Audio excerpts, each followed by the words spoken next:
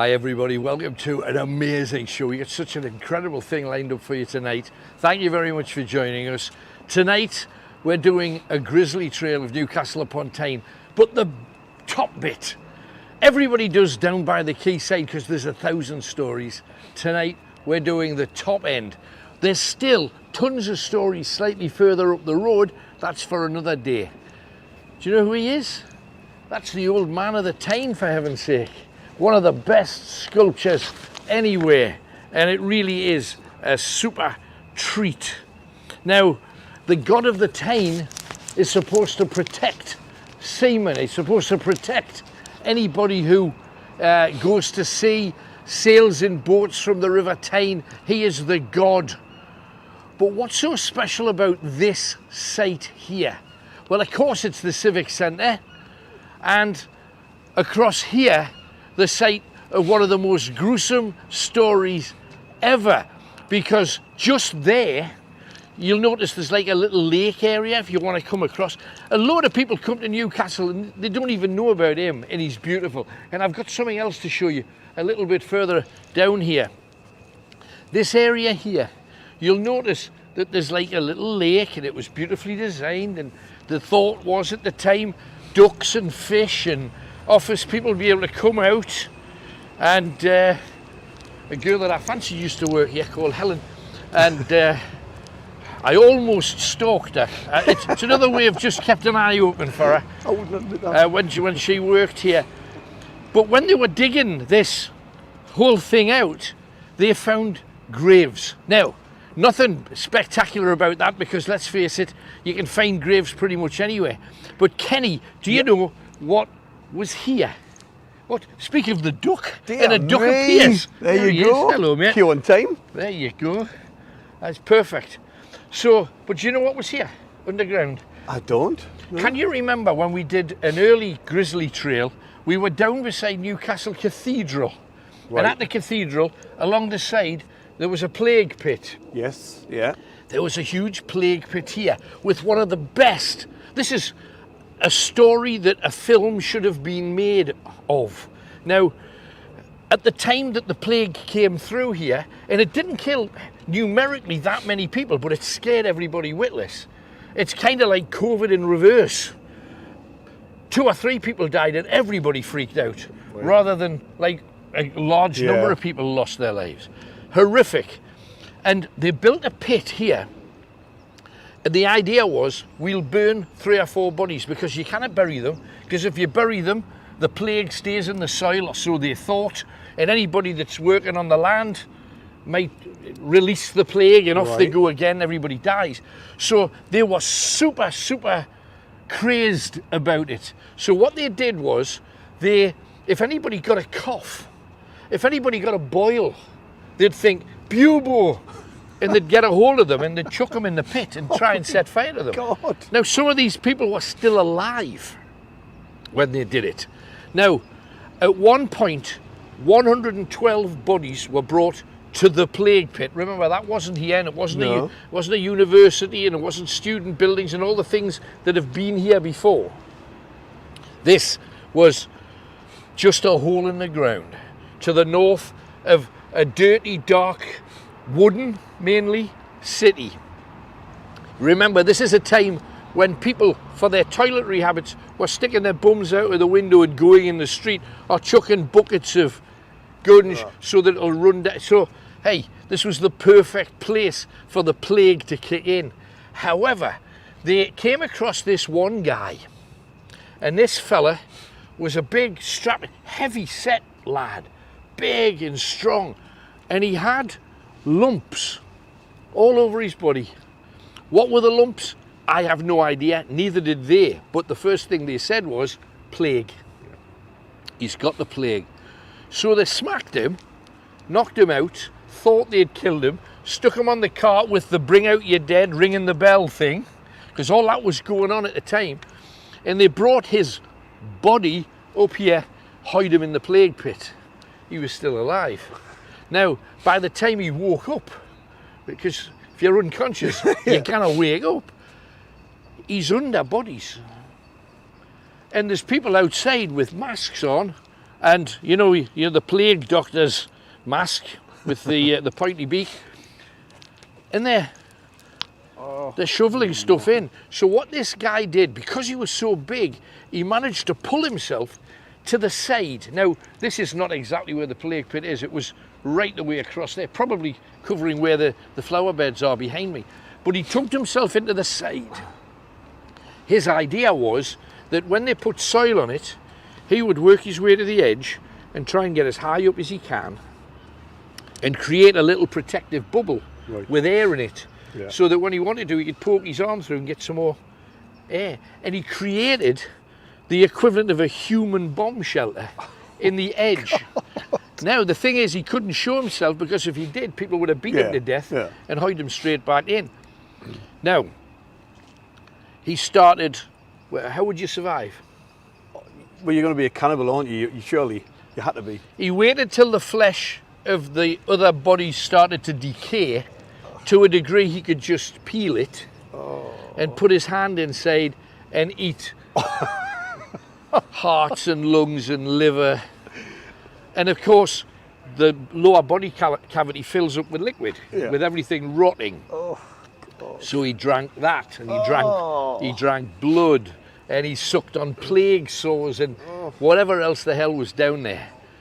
But he survived, and the will to survive is monster. You don't know how far you would go, but he survived. Now, this guy was already huge. He was already about 6'6" and very, very broad. This was not, he was never a member of Slimming World. This was a large fella. And when he was down in there, he never got any smaller. If anything, he got bigger. And they say that he was down there for the 3 years the plague passed through. 3 years living like that. And then one day, they said, there's enough bodies in there now, I think we're going to have to light it up. On hearing that, they heard a voice from inside the pit. And they started saying, well, somebody's still alive. Some of the kinder folk, and let's face it, there's still a few kind ones are about, said, we've got to get them out. So pushed a few bodies back, and they saw this huge white, full of blood and guts and wobbling and big, and they called him, modern day stories people call him the blob man, but he was a huge creature who'd fed on who knows what and who knows who. He looked like the Michelin Man. But imagine if you fed on that, and his eyes were, he could barely see the light because he got so used to the darkness. Excuse me. And they pulled him out, and somebody hit him with a spade, and he exploded. He burst because he was so full of whatever he was full of. And you would imagine it would be fermenting and sour and sick. And they beat him to death, and they threw him back in, covered him with pitch, and set fire to the whole place. And that happened right here. So I know everybody's leaving, the late night workers are just coming out, and the night's ready to fire, but this place should be haunted as hell. And the god of the Tyne, beautiful, but I've heard two stories. One is that they made a statue for here. Come with us, I'll show you it. It's just around the corner apparently. And I've heard various stories. One that says that it symbolises the souls of the dead flying free after being set free from the plague, really. You can hear a Benwell fire engine. Yeah. God, how many years ago when we did that gig here? Yeah, no, that was the thing. Kenny and I did a massive gig here for Newcastle United. We brought them up on a big bus. Yeah, FA Cup final. FA Cup final, there was 40,000 people. Just here? There was only one bad thing, which was we didn't win the damn thing. But, no. But I bet we celebrated as good as the winners did. Right, 1999. I remember because it was me and Ned Kelly. That's right. Yeah. Ned Kelly and Papa Vasilou. Yeah. There was a few of them. Oh, hang on. Is it down here? Are you sure it's not around the corner? Okay. Take your word for it. 23. I haven't seen this for years, but if it is what I think it is, absolutely gorgeous. Oh, there it is. How is that not one of the most beautiful things you've ever seen? God.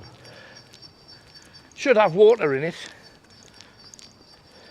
Do you know, I've never seen that before. Even though I Because did them gigs here, I've never seen that. Swans. Now, I don't know whether this was true, but the story is that these are swans swooping up from a lake, or cobbles as it is at the minute, and it was supposed to symbolise the souls of the dead that were lost here. And the weird thing is, they say that because this is here, loads of birds, and you can hear. Yeah, you can hear them. There's loads of birds, and this is a totally built up area, but there's a lot of birds here because they're flying with the souls of the dead. Is that not a beautiful sculpture? Brilliant, actually. It's amazing. Quite clever, isn't it? The way it's done. It's brilliant, absolutely brilliant. I've only ever seen that from inside, never been around here. But that's, you know, hey, if we're doing Grisly, that's on the back of the Blob man. That is So, cool. Fabulous. Let's walk back round to mainstream Newcastle, because there's a few things to tell you about. It's cool. There's also a couple of amazing statues. Wherever you go, some symbols remain. Do you know there's even pictures of those kind of things in caves? Do you know? We haven't changed much over the years, that's for sure. Children. Absolutely, we haven't changed. Now, Hey, look who opened it though. Robson. of course, Our lid. Gladys. Yeah. Our Gladdy did 1960. it in 1960. Go on. No relative of mine. Gladys Robson, there you go. The centre that is very civil, 1960. the Civic Center. Over here we got St Thomas's Church, which is a fabulous little, well, it's part of the Newcastle heritage. But before we go there, can I just, you see this bit here? What's that famous for, Kenny? This bit here. That bit. Going all the way down to where the ABC Haymarket cinema Right. used to be, which is over there. What incredibly famous thing happened there? Just here. Yeah, just there. do you know, In fact, I let's have- walk on it. I have no idea. How long ago? 1904. 1904. Yeah, Right, before the First World War. yeah. What could have happened before the First World War? Just here. 1904. I wonder how many of you at home know this. Pilgrims? Anything to do with Pilgrim? No? Oh. No. Well, only if John Wayne said the word pilgrim. John Wayne. Because you know, John Wayne used to say, "All right, pilgrim." I always thought you went, I'm going west, I hope. I'm going west. I I'm hope. going to west, I hope. The night's getting longer as we speak. This, picture the scene, absolutely true. Covered wagon being chased by Native Americans, but Red Indians, No. essentially. Right here, Seriously? Buffalo Bill on his horse, No! Sitting Bull, and a tribe full of Native Americans battling each other. Sharpshooters. Here? The woman who took over from Annie Oakley, No! shooting cans up in the air, and Happened here? there. Oh Buffalo my Bill's God. Wild West show. He did a big gig here. He then went to North Shields, South Shields, and then finally Sunderland before he moved on. But he was here. And the other thing is, everybody thinks because they call it a Wild West show Yeah. that it was just Wild Westy things. He discovered samurai warriors and ninjas, and he'd brought a batch of them over to fight and do sword demonstrations. Oh my So what an God. amazing show that would have been. This is a statue that kicked up an awful lot of fuss. It's called the Response. Have a look around the front. It's about the First World War. I'm amazed by that story. Buffalo Bill. I can't believe it. Light that up. Don't know whether you need it lit up, Tony, do you? Scan it, yeah, I mean, you see the faces when you light it up. The Angel of Peace. It's called The Response. Do you see the man saying goodbye to his children? Yeah. Amazing. 1914. The response, of course, being what did the British do when they heard that Europe was at threat? They responded, they gathered, they followed the angel of destiny, the angel of peace, to help save Europe.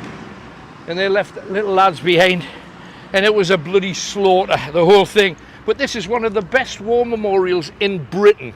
It's amazing. It's called The Response. If you haven't had a close look at it, you should. Absolutely fab. Few other things down here because we've got a fair walk to do, so let's get cracking with it. Yeah, good idea. If you're liking what you're seeing and you want to hear all of these stories, they're amazing. If you live anywhere in the north, you want to know these tales, all you got to do is share, and you can win yourself one of our glorious night owl badges, so make sure you do that. However, this is St Thomas's Church, and there's a few things here to tell you about. There's one story of a man who was carving that bit at the very top, who was said to have, this is, you know, I'm smelling skunk. Did you get that? Yeah. Because I got hot. Yeah, that was. If I don't make it to the next bit. I'm a bit peckish as well. But anyway, you see the top bit? There's like steeply bits right at the very, very top. There's a story about a guy who was in there putting them in place, and you kind of hammer them in place and you cement them and all that kind of thing. And one of the major stones off the top fell and it hit his hand, and it completely crushed his hand to the degree that it was hanging on by a tiny little string of flesh, and the hand fell off and hit somebody so hard on the head that it knocked them unconscious, and they had to be taken to hospital along with the hand. And the hand was already in the hospital waiting for the guy to come back. They couldn't sew it on. It ended up being a stump.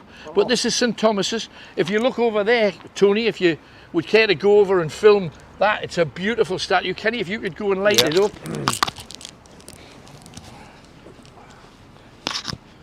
It's St George and the Dragon. Now, St George is the patron saint of infantrymen. Don't know whether you knew that. I did. Actually, Also I a did know sign that. of incredible courage. You can see standing on the dragon's head if you go down there. Far enough. That's superb, isn't it? Now this building was originally a leper hospital, and Right.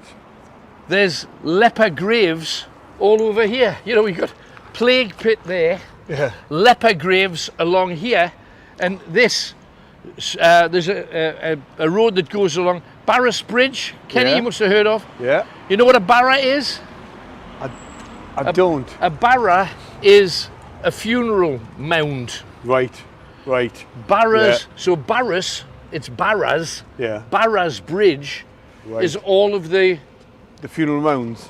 lepers around here. Ugh. I'm sorry, I'm centering a lot on statues just because there's a lot here like that one. We'll cross over and we'll have a look at it. Watch your step, guys. Div not die.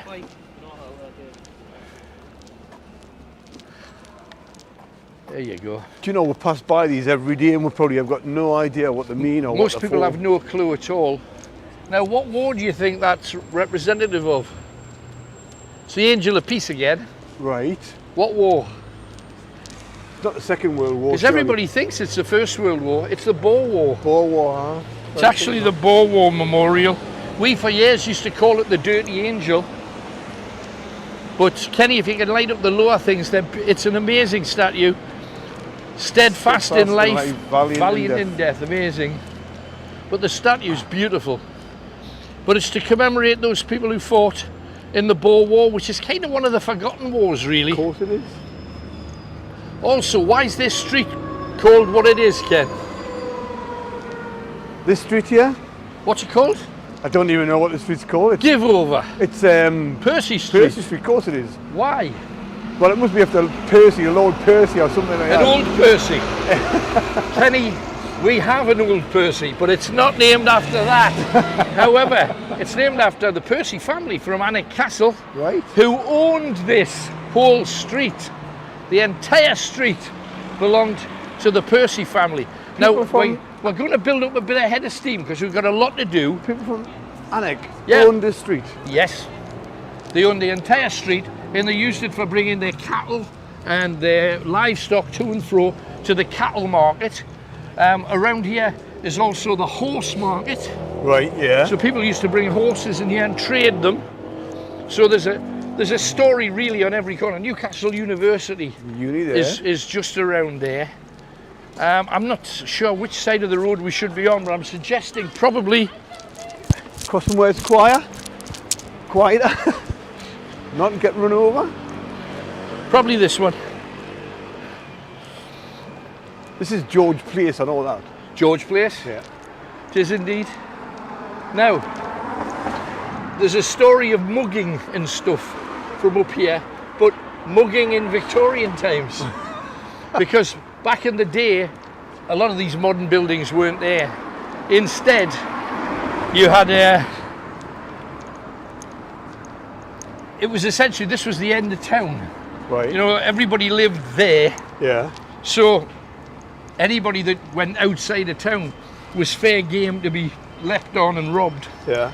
And that was a particular site for robbers and muggers and all that kind of thing. Woo!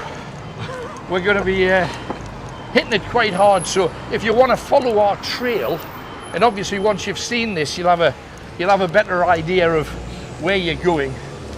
It's just things you would never believe. Now we stop at the next corner, Tony, because I want you to look up that street. Once you get there, look up the edge.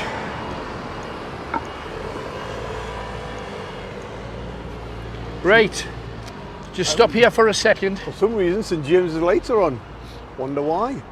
There you go. St James's Park. That's in our memory because we both worked there. That's what it might be. No, but we're not going up the street, Tony. But I want you to know it because Percy Street used to also be called, before the Percys bought it, it used to be called Sidgate. Right. And a lot of really super famous people have visited Percy Street, Sidgate. Uh-huh. Daniel Defoe, Right. Sir Thomas Malory, Sir Walter Scott, the Duke of Wellington. Really? They've all visited up here. And a northeastern phrase was created from one of their names. Which one? Questions galore, you know. It's not Great Scott, is it? No. No, Who else was it? that was Robert Falcon Scott, who Right. was beaten to the pole by Avison. Okay. It was the Duke of Wellington, old Hawk knows himself. And there was a phrase from that. Yeah. And we hear people say it all the time. Do we? Give them some welly. Oh, of course, yeah. Give it some welly. Give it some welly. And it's not give them one of your wellies. No. The idea is if you want to beat somebody, if you want to attack somebody, if you want to succeed, you say, we're going to give it some welly. Yeah. Because we were losing badly against Napoleon at the time. And the only way we could win was by the Battle of Waterloo and giving them some welly. The Duke of Wellington. Brilliant. So he came here and amazing it was. So multi-storey car parks all over the place, and yet it's next church down is worth having a look at, because we're heading down towards St Andrew's Church. But what's up the top of this street? You've already mentioned it once. St James's Park. St James's Park. Well, not just The St cathedral James's. on the hill. Not. That's where you worship. Yeah. However, it's also Gallowgate. Yes, of course. Gallowgate, because just People down hung. Newgate Street's just there. Yeah. Newgate Street was where the big prison was, and it's where they sentenced people to death, but they didn't hang them at Newgate Prison. Right. Instead, they dragged them on carts up the Gallowgate. hill to Gallowgate. Right. Morden Street, Right. and people used to chuck cabbages at them because they were on a cart, Yeah. in chains. They were going to be hanged by the neck till they were dead, up the hill. So this is a really grisly kind of Quite historic though, isn't it? part as of well? town. Oh, everywhere is though. Everywhere around here, it's fabulous. We're coming up towards Eldon Square and Eldon Garden, so Tony, just you lead the way, mate, and we'll follow you, because people seeing the John Le shop, John Le instead of John the Lewis. John Le shop over there. Suddenly went French. I think Jean Le. people also don't realise just how many people would come to one of the funerals, because some of the funerals and the hangings at Gallowgate had as many as 45 to 50,000 people coming to them. Now, that was the number that came to the Newcastle Yeah. thing there, and it was monster. Yeah, it was. So imagine, and what people don't tell you is that on top of that, they would take souvenirs. Oh, Now, you already had a situation where there'd be people going around selling little people hanging on a string that Yeah. they've made out of pegs and stuff.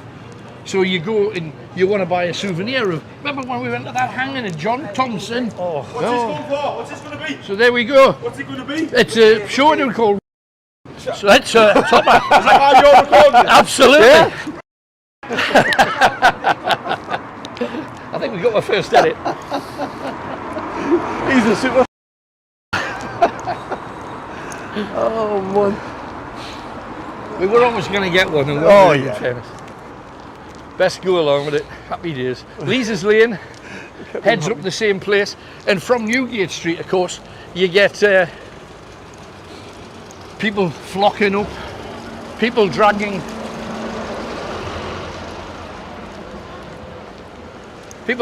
carts full of Up the hill as well. up the hill. I know. You would have thought it would be more sensible to have, Yeah. maybe it's on Old Eldon Square or whatever, but no.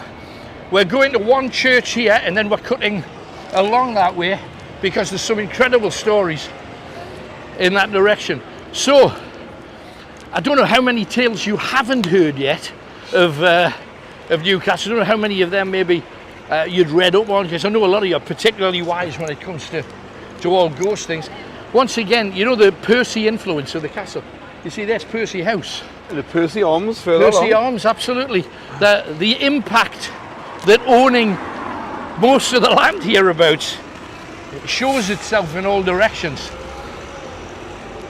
We're also heading up here as well. I've never been quite sure. I planned this route, and I think we should probably do our little walk through that alley at the very bottom, and then we'll cut back up here. We're doing Chinatown. Yes, Yay! absolutely are. Brilliant. So, yeah, Chinatown, obviously, we'll be walking along. Gonna sprint it? Yeah. Ah, we can do Yeah, it. we got it. Just got to be super careful, because Tony's not looking through his eyes, he's looking through a screen. And here we are. We're there already, pretty much. Here it is.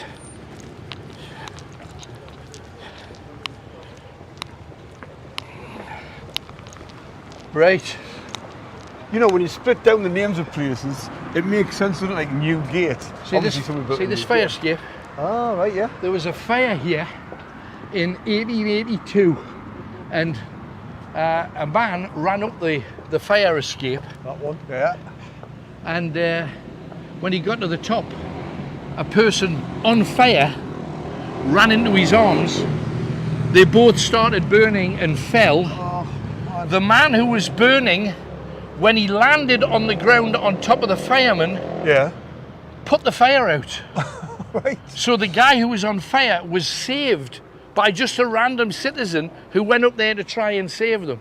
That fire escape, right there. Wow. But the main story is here. Oldest church in Newcastle. Now, I don't know whether we can get in here. If not, we might be able to get in up the top end. So we'll have a look, I'm not sure. But there's a graveyard here that's round the back. It's the Church of St Andrews, as you can see. Scottish flag on there.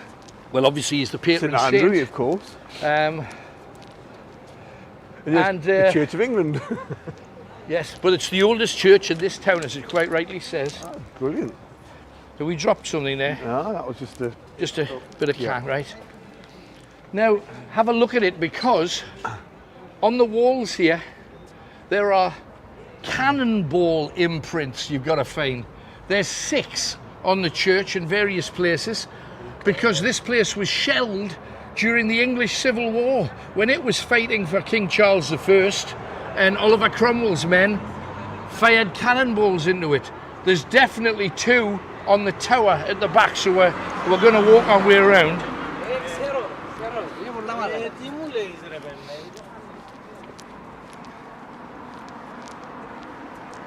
And there you go.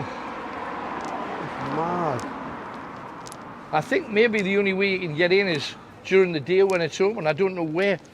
I've never seen a doorway for it. Charles Avison.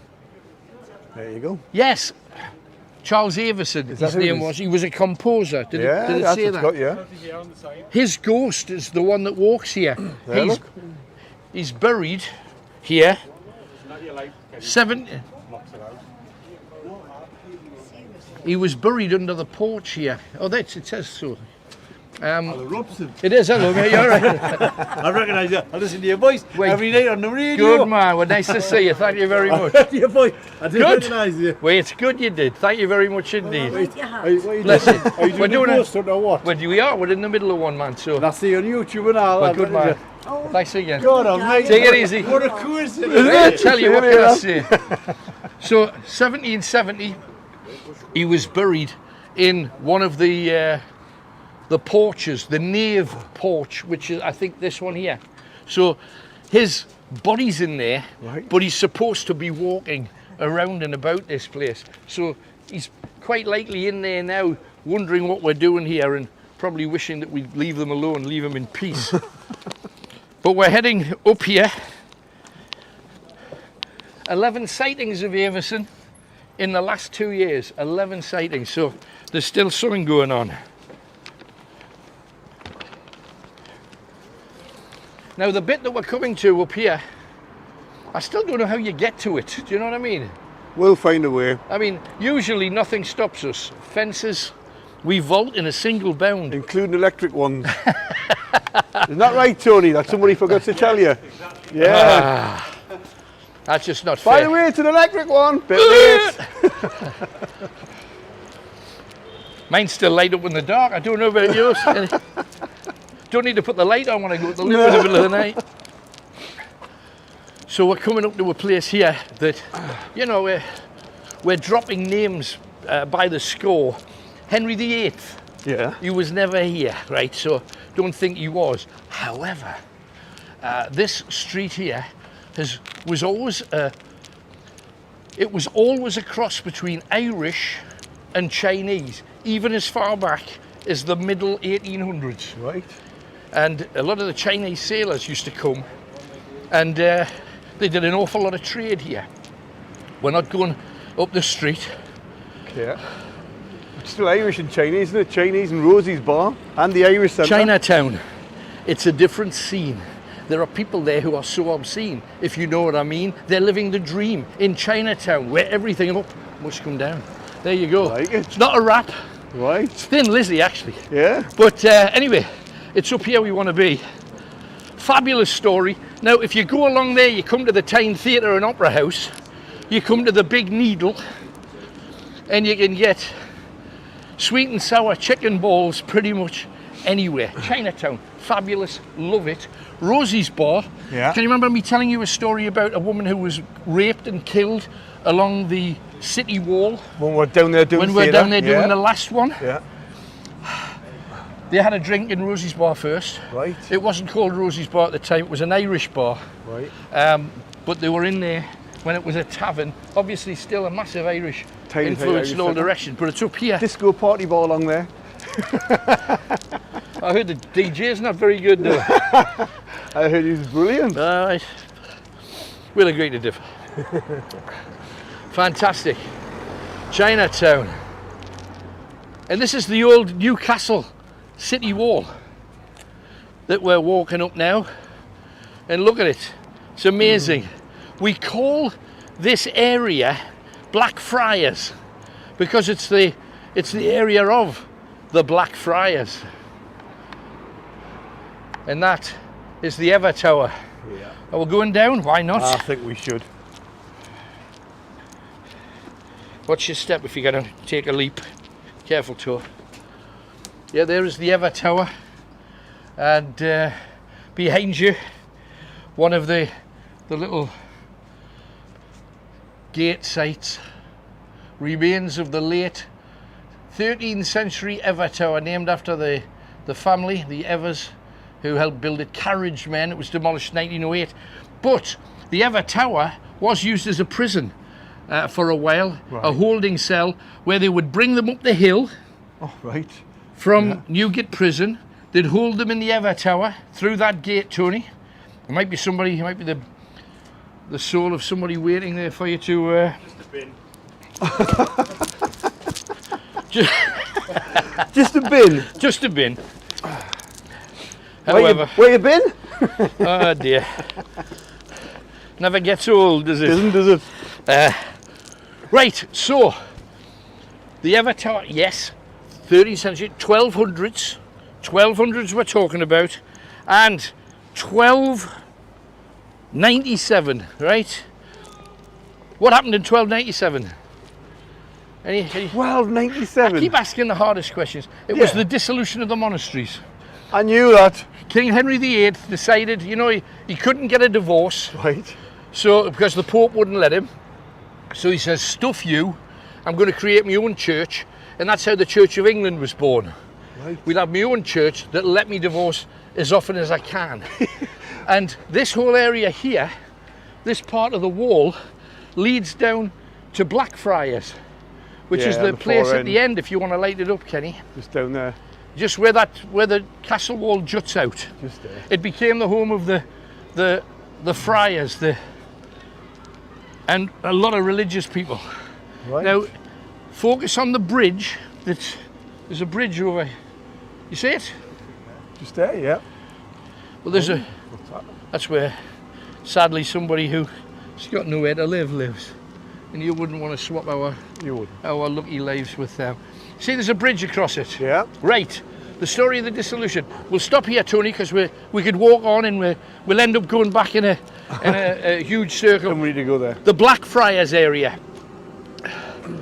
Dissolution of the monasteries happened. King Henry VIII heard that the friars had been up to all kinds of no good. They'd been having sex with children. They'd been having sex with. Well, shouldn't be having sex with anybody because they're supposed to be celibate. Yeah. You've been with women who celibate. That's another story. But the just trying to be as bad as yours. But the friars, they had so much money because everybody gave them their cash because they wanted to enter the kingdom of heaven. So when Henry got here, well, Henry sent his emissaries here. They said, "What are these? Are these really holy men?" Right. And if they were holy men, all he would do is destroy their church and send them on their way. But they're saying, no, we're not going, we're not leaving, it's too important. In other words, they wouldn't be able to make any money if they didn't have a church. Yeah. So Henry's men got stuck into them and started killing them. Forget hanging, just hacking them to death. One monk got away and he ran off and he hid in a tiny little place by the River Tyne that had a small well in it. And the place was called Smallwell. Right. Which became Swarwell. Right. And Smallwell, where he hid, He stayed there for about 3 to 4 months, and when everything had died down, churches had been destroyed across the country, and now it was all Church of England. Catholicism was on the run, and Catholics. Eventually, you got battles with Elizabeth against Mary, Queen of Scots, which was essentially Protestants against Catholics. That's what it was about. Some things never change. Ask any Rangers and Celtic supporter. So that was going on. So the monk decided, I'm going to come back. I'm going to come back here. I'm going to check it out. So he came back here, and he came walking up this path here. Light it up, Kenny. This one down here. He came walking up, and when he approached the bridge, he saw his 2 mates, the other 2 monks, walking across the bridge, and he thought, oh, how amazing is this? And it's across that bridge, which didn't used to look like that. It's the wooden bridge in the distance, not the green grassy one. There's a wood one in the distance. Yeah. Can you not? Well, walk up and do a sponsored walk, Tony. We're used to you taking me as far as we can. £1 a mile again, everyone. I wish. Thanks, supporters. Yeah, we should put one of them things on our feet, you know, that count how Pedometer thing, how many steps we're doing. Yeah. So yeah, not this green. Yeah, if you like, I'll go over it back. Do it, absolutely. So when these, Our legs. no, we'll just go to the side so we can see it. Now at the time, they didn't have abutments here that you could walk across. Right. It was all like trench. So the 2 monks were walking across that bridge when the other guy was approaching from roughly where the Tyne Theatre was coming. Right. And That's not someone there, is it? I don't know. It may well It be. is, it is. It's a person. Oh, bless him. What a shame. And so he saw these 2 monks and he come running towards them. And when he got to the bridge, he ran through them. Oh, Because they were the spirits of the 2 dead monks. And they walked straight past him. And if you let me just use your torch for a second, they ended up going through, you see that door that's lit up just there? Yeah. Yeah. They went walking across the bridge, down and through the door. So it was obviously the spirits of the other monks, because they knew exactly where they were going. In the same way that sometimes at Lumley Castle, when we visited it, there was they see monks walking through walls, but it's nearly always where there used to be a door. Yeah. Because that's where they were. Because that's where they were used to going. So that's just one of the stories, and it's based on that little tiny bridge. That's not the exact bridge, but that's the point where the bridge actually was. So fascinating it was in every way. And of course, it's because of the monks here that we've got the name Pilgrim Street. Yeah. You know, and we saw Pilgrim Street when we did the lower end Grisly Trail. Yeah. In that bucket and rain that we had to suffer there. My goodness, crazy. Pilgrim's Mountain down Jesmond Dean as well, isn't it? Yeah, Jesus Mound, if you remember, it's all. Yeah. So there's so many religious references here.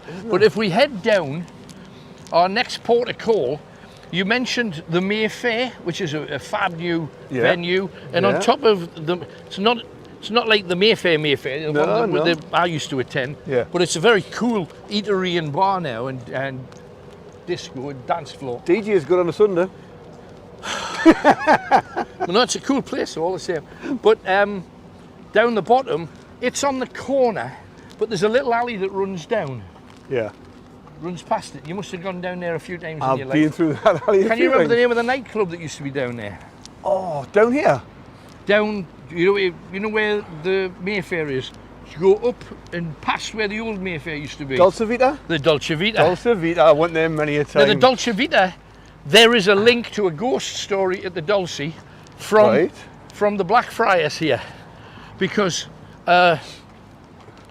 you know, we talk about South Shields and the sand dancers and all this kind of stuff, because there's a heavy Arab trading link with South Shields.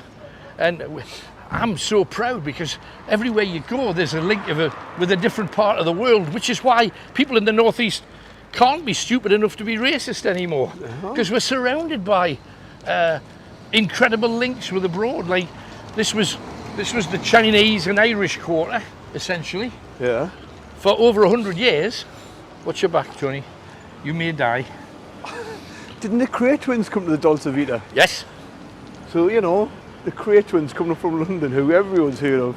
Chas Chandler, Yeah. once of the Animals, Yeah. who managed Jimi Hendrix when he brought Jimi Hendrix up to play the Club of Go-Go. Right, Imagine yes. Hendrix at the Club of It's Go-Go. crazy, isn't it? Wow. In the middle of Newcastle.